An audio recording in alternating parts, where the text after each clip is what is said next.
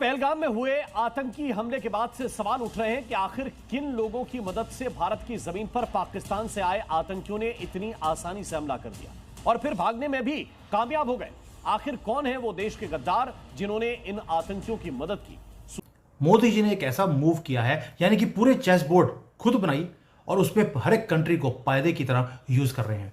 IPhones Bharat में quietly 100% बनने शुरू हो जाएंगे एक साल में। वो हक किसने दिया है कि 25 करोड़ अवाम की हमारी तकदीर का ये फैसला करे? आसिम मुनीर को करने दिया गया जो ये कर रहा है, तो पाकिस्तान के टूटने के, बाल्कनाइजेशन के, टोटे टोटे होने के चांसेस मेरे मुंह में खाक हैं। ना ये पहले आर्मी चीफ है जो सारे काम करना चाहते हैं या कर रहे हैं, लेकिन मेरी उम्मीद है और इंशाल्लाह ये आखिरी आर्मी चीफ होंगे जो ये सारे काम कर रहा होगा। इंटेलिजेंस तो अपने स्तर पर सारे के सारे काम कर ही रहा है। इंटेलिजेंस के पास ऑब्वियस सी बात है कि हमसे कई ज़्यादा बेहतर, 1000 गुना बेहतर रिपोर्ट्स होंगी, मगर जो पब्लिक में डेटा अवेलेबल है, जो अभी डेटा निकल कर के आ रहा है, जिसमें कई सारे वहाँ पे जो चश्मदीदों के बयान सामने आ रहे हैं, कई सारे फ़ोटोज़ वीडियो सामने आ रहे हैं, उससे एक बात तो क्लियर पता चल रही है कि पहलगाम अटैक के मामले में वहाँ के जो लोकल्स हैं, और ख़ास तौर पर लोकल्स में भी कोई ऐसे इधर उधर बैठ के गांजा पीने वाले, बीड़ी पीने वाले नहीं, बाकायदा वो लोग जो घुड़सवारी कराते हैं, बाकायदा वो लोग जो वहाँ पे अलग अलग छोटे मोटे व्यापार करते हैं, कोई होटल चला रहा है, कोई कुछ चला रहा है, कोई जिपलाइन करवा रहा है, कोई अलग एडवेंचर स्पोर्ट्स करा रहा है, इन लोगों का सीधा इन्वॉल्वमेंट था। इन लोग को ये बात अच्छे से पता थी कि ये अगर मामला होगा तो इसके बाद इनकी रोज़ी रोटी पर फ़र्क पड़ेगा। इनके बाद इनको हो सकता है 1-2 साल तक टूरिस्ट ना मिले, क्योंकि मूर्ख आदमी तो है ही भारत का, 2-3 साल बाद सर फोड़ने पहुँच ही जाएगा। इन लोगों को पता था कि 1-2 साल तक इनकी रोज़गार पे आ सकती है, लेकिन फिर भी आतंकवादियों को सपोर्ट किया, शायद ये जानते हुए कि मजहब जो है, मजहब बचाने का काम और इस प्रकार की विचारधाराओं को बढ़ाने का काम वो ज़्यादा ज़रूरी है। 2 साल तो इधर उधर से जुगाड़ करके खा ही लेंगे। पहलगाम में हुए आतंकी हमले के बाद से सवाल उठ रहे हैं कि आखिर किन लोगों की मदद से भारत की जमीन पर पाकिस्तान से आए आतंकियों ने इतनी आसानी से हमला कर दिया और फिर भागने में भी कामयाब हो गए। आखिर कौन है वो देश के गद्दार जिन्होंने इन आतंकियों की मदद की? मोदी जी का प्लान बाहर आ गया कि पाकिस्तान के 4 टुकड़े करने हैं। अब ये प्लान मैं क्यों बता रहा हूं आपको, कैसे बता रहा हूं, इसके पीछे बहुत बड़ी प्लानिंग है और 10 साल से मोदी जी इसी दिन का इंतजार भी कर रहे थे। जवाहरलाल नेहरू यूनिवर्सिटी, आपको मालूम है, गढ़ था इन लिबरल्स का, लिब्रांडुओं का, मुसलमानों की ऑर्गेनाइजेशंस का। वहां पर इलेक्शंस हो रहे हैं, सारी की सारी सीटें बीजेपी जीत रही है। अब समझ लीजिए, इनके गढ़ में ही, जिसको बोलते हैं धुन्नी में, वार किया है मोदी जी ने। आसिम मुनीर के जबरदस्ती ऑर्डर्स के ऊपर आईएसआई के मना करने के बावजूद आईएसआई ने कहा कि ये मत करवाएं काम तो आगे प्रॉक्सी से करवाया जाता है, और क्योंकि बड़े अरसे से ये काम इन्होंने बंद किया हुआ है तो तरीकाकार तो जरा फर्क ही होना था। लेकिन ये जनरल आसिम मुनीर इस वक्त जो है, उन्होंने ये काम करवाया और अब पूरी दुनिया ये बात मान रही है और कर रही है। जो मैं हमेशा लोगों की जो है वो नफरतें और लोगों का जो है वो बिफर जाते हैं, फिर गालियां निकालते हैं और बाद में वो में पड़ गए हैं, जाके कह रहे हैं मुझे बचाओ मोदी से। ऐसा लग रहा है कि हिंदुस्तानी इस्टेब्लिशमेंट ये सोचती है कि दिस इज नाउ और नेवर। वो कहते हैं बहुत हो गया, मतलब कभी कुछ कर देती है पाकिस्तानी मिलिट्री, कभी कुछ कर देती है। अच्छा, ये जहन में रखना बहुत जरूरी है कि पाकिस्तान के अंदर ये जरूर डिबेट हो रही है कि ये फॉल्स फ्लैग ऑपरेशन हो सकता है, या ये कश्मीर के अंदर के कोई यानी इंडिपेंडेंट किस्म के जहादी हैं, वहाँ का इंटरनल के मसला है। लेकिन अमेरिका के अंदर कोई भी ऐसा एनालिस्ट नहीं है सीरियस, जिसको आप समझते हैं, जिसको सेंसिबल, जो एक को रुस्वा किया, उन माओं को रुलाया और उन माओ बहनों बेटियों के सरों से दुपट्टे खींचे। ये सारे के सारे जो इलेक्शन चोर हैं, जाली सरकार हैं, अब इनके सामने एक एक चीज आ रही है, एक एक चीज इनके सामने आ रही है।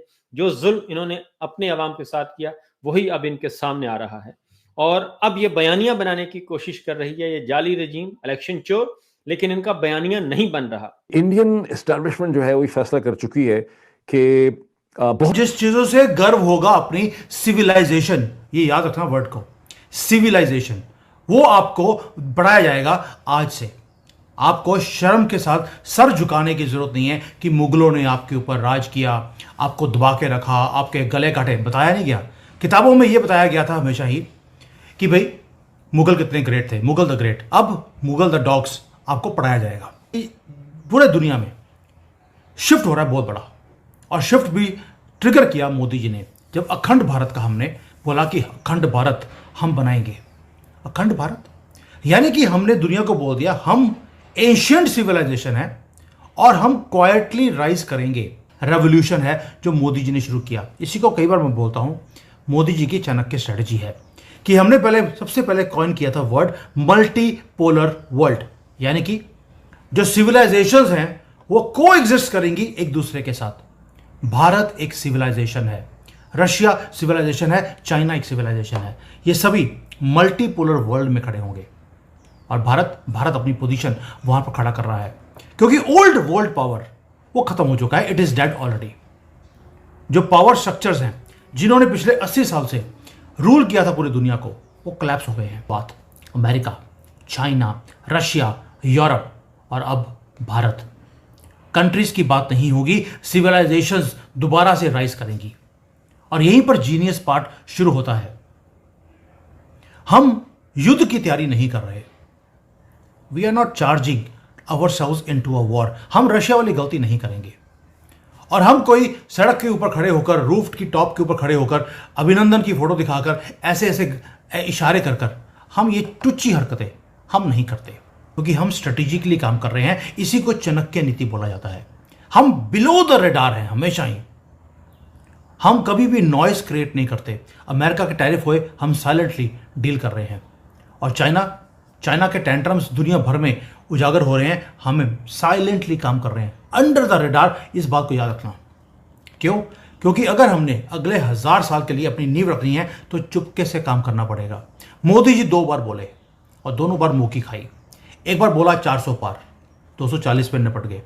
दूसरी बार बोला कि मैं एक विकसित भारत बनाऊंगा। सारी कायनात इकट्ठी हो गई कि इसको विकसित भारत नहीं बनाने दे। जैसे चाइना के ऊपर स्कैनर है कि दुनिया बोलती है इनको नीचे लेके आना है, सारी दुनिया बोलती है कि अमेरिका को नीचे लेके आना है।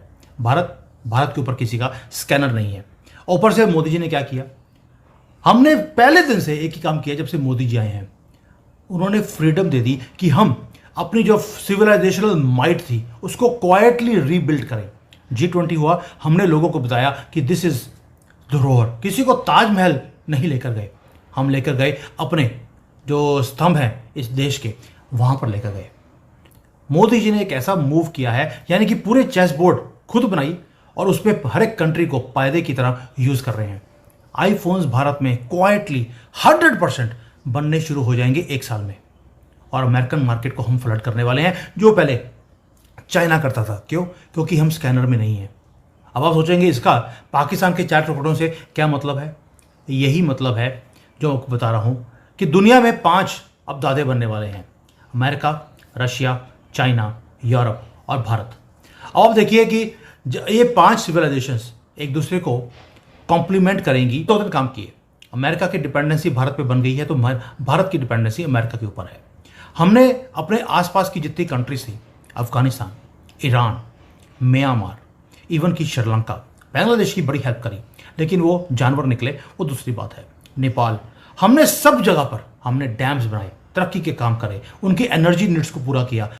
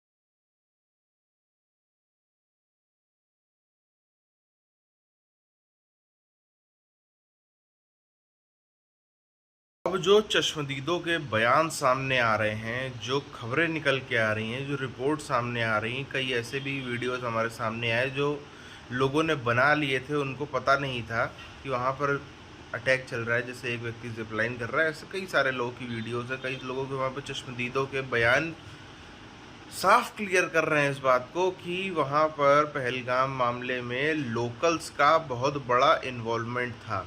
और स्वाभाविक सी बात है, अगर आतंकी अब तक पकड़े नहीं गए हैं तो इसका मतलब है कि वहाँ पे उनको कोई ना कोई है जो सेफ पैसेज दे रहा था, वरना यहाँ पर कोई ना कोई तो आइडेंटिफाई कर ही सकता था। और क्यों उन्होंने आखिर कश्मीर ही चुना? अगर इतनी ही काम करनी थी, अगर छुप के आना है, छुप के बैठे रहना है और एकदम से आकर के लोगों पर अटैक करना है, तो वो तो दिल्ली में, महाराष्ट्र में, यूपी में, बिहार में, इधर उधर कर्नाटका में कहीं भी हो सकता था, मुंबई में कहीं भी हो सकता था।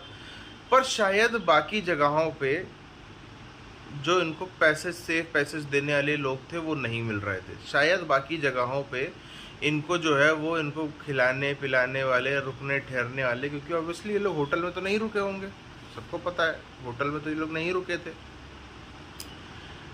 अब इससे एक चीज़ पता चलती है, कितना भी आप कर लो कि ये नहीं होता वो नहीं होता। अच्छा, कई लोग हैं यहाँ पे जो कह रहे हैं कि नहीं भाई, जो लोग आए थे उनका कोई वो आप मत देखो, उनकी आइडेंटिटी मत देखिए, उनको किसी मज़हब के आधार पे जो है वो घोषित मत करिए, प्रमाणित मत करिए। ये वही सेम लोग हैं जो हर तरफ यहाँ पे पूछ जाते हैं कि देखो हमारा तो एक आदमी था जो राम मंदिर के लिए लड़ा था, हमारा तो एक आदमी था। तो वहाँ पे तो अपनी आइडेंटिटी बताने में कोई नहीं गुरेज करते। ये तो हमेशा बताते हैं कि देखो जी हमारे लोग छत्रपति शिवाजी महाराज की सेना में कितने थे, तो वो भी फिर उनकी भी आइडेंटिटी की बात मत करिए। तो ये जो दोगलापन है ये कहाँ से हो सकता है कि अच्छे में आप पूरी आइडेंटिटी मान लें और यहाँ पर ना मानें।